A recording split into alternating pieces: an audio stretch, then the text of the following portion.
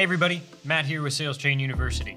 In this video, I'm going to show you how to create and edit groups of accounts within the SalesChain system. Let's go ahead and get started. You can see that I've taken the liberty of logging into the system, and I've navigated myself to the account screen using either my favorites bar at the top here, or by using my navigation menu on the left-hand side, going to Accounts and Activity, and then using the Accounts button right here. So, to make a group of accounts, what I first have to do is perform a search and make a selection. For example, if I want a group of all of my Connecticut accounts, right, I have to perform that search within the account screen and get a listing of all of my Connecticut accounts so that I can perform the action of putting them into a group. To do that, I'm going to use this state column right here, and I'm going to type in CT for Connecticut. So once we perform that state search, instead of the 60-something thousand accounts that I can see within the system, I've narrowed it down to a list of 744. Let's get a little bit more precise.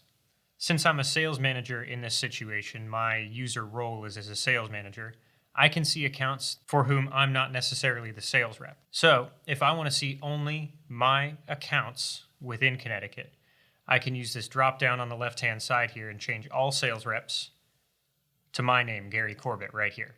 So now that list of 744 has been parsed down to 701.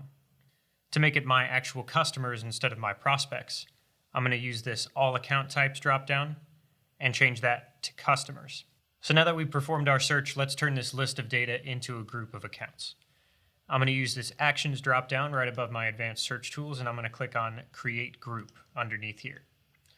This dialog box is going to prompt me to give the group a name. I'm going to call this Gary's CT customers. And I have a checkbox just to the right of it, prompting me to make this group public or to keep it private. So I'm going to make this group public by clicking this checkbox, and then I'm going to click on Save right here. This dialog box is telling me that every single account within our search is going to be added to this group, and I'll click on OK. And now we've just made a group. So how do we see the group that we've just made? I'm going to show you two ways. First off, if I clear out all of my search parameters, there were 555 members of that group, right? So let's get right back to those 555 accounts. Using my advanced search tools on the left-hand side, I'll drop this menu down, and I'll go down to Account Info. Clicking in here is going to open a new dialog box, and the first piece of information I have is groups. So let me drill this open here and scroll down. And we see that Gary's Connecticut customers that we just made is right here. So I'll click on this, and I'm going to click on Search. Now we've parsed our information right back down to that same group of accounts. I can invert that search, clicking on it right here, and by checking Not a Member. So if I want to see every account that I have that's not a member of my Connecticut accounts group, I'll click on Search here. And that shows me the 64,000 accounts that we have that aren't a member of Gary's Connecticut accounts. One other way we can view this group is by using the old group screen. So I'm going to use my navigation menu on the left-hand side. I'm going to drill down Accounts and Activity, and I'm going to move down to Groups right here. So I'm going to use this drop-down right here. I'm going to scroll down to Gary's Connecticut Customers, and I'm going to click on Refresh.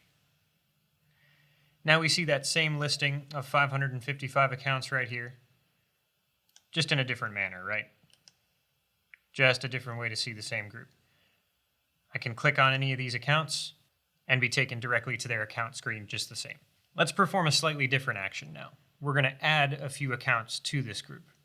Let's say that I wanted to make this group my Connecticut and my Massachusetts accounts, right? I'm going to go back to the account screen using my favorites bar at the top. I could do the same thing with my navigation menu on the left-hand side.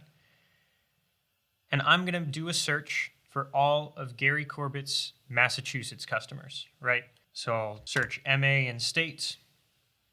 Gary Corbett is selected as my rep. And under account types, I'm going to change that to customers. So now I've selected only my 15 customers within Massachusetts. Under this actions dropdown where we created the group, I'm going to move down to Group Assign. This is going to give me a dialog box which allows me to select an existing group. So I'll scroll down to Gary's Connecticut customers, and I'm going to click on Associate. I'm going to click on OK. Let me clear out my search, and we'll see that that listing of 555 accounts will get changed to 570 accounts.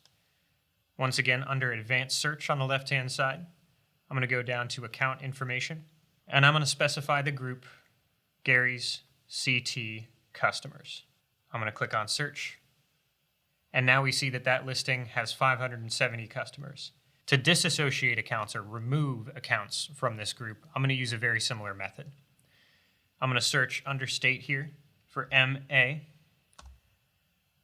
Since I'm already in the group Gary's Connecticut Customers, I've already effectively done the same thing as searching for Gary Corbett's customers within Massachusetts, right? All of those pieces of information have already been compiled. So I'm back to my 15 customers within Massachusetts. Under my Actions drop-down up here, I'm going to click on Group Assign again. I've already selected Gary's CT Customers, and I'm going to click on Disassociate. I'm going to click on OK. And now if I clear out my state search here, we see that in the group Gary's Connecticut Customers, I'm back to having 555 accounts. The last thing I'll show you how to do is to rename this group. What I'll do is I'll use my menu on the left-hand side here, scroll down Accounts and Activity, and I'll move down to the group screen once again.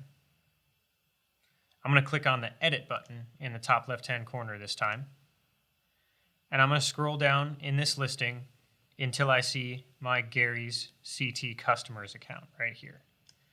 I'm going to click on Edit next to that group, and here's where I can change the name under the Group Maintenance screen. So let's call this Gary's New England Customers. It might prompt me to add a description if there isn't one, so I'll just copy and paste Gary's New England Customers into the description, and I'll click on Save. So now if I go back into Accounts and I perform an advanced search under Account Information, I'll see that Gary's Connecticut Customers is no longer here, but Gary's New England Customers is. I'll click on Search, and we see that same listing of 555 accounts. If you learned something in this video, please hit that subscribe button down below and tick the bell icon so you get notifications when we put up new videos. SalesChain is on Facebook and LinkedIn. Give us a like and a follow on those pages to keep up with company information. SalesChain is on Facebook and LinkedIn. Give us a follow and a like on those pages so that you can keep up to date with company information. If you have any additional questions, please feel free to reach out to our help desk at 203-262-1611. One of our friendly staff members would be happy to help answer your questions. Until next time, have a great rest of your day.